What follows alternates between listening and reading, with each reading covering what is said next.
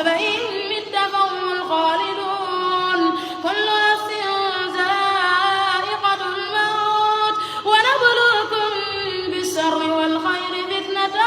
وإلينا ترجعون وإذا رآك الذين كفروا يتخذونك إلا هزوا هذا الذي يذكر آلهتكم وهم بذكر الرحمن هم كافرون خلق الإنسان من أجل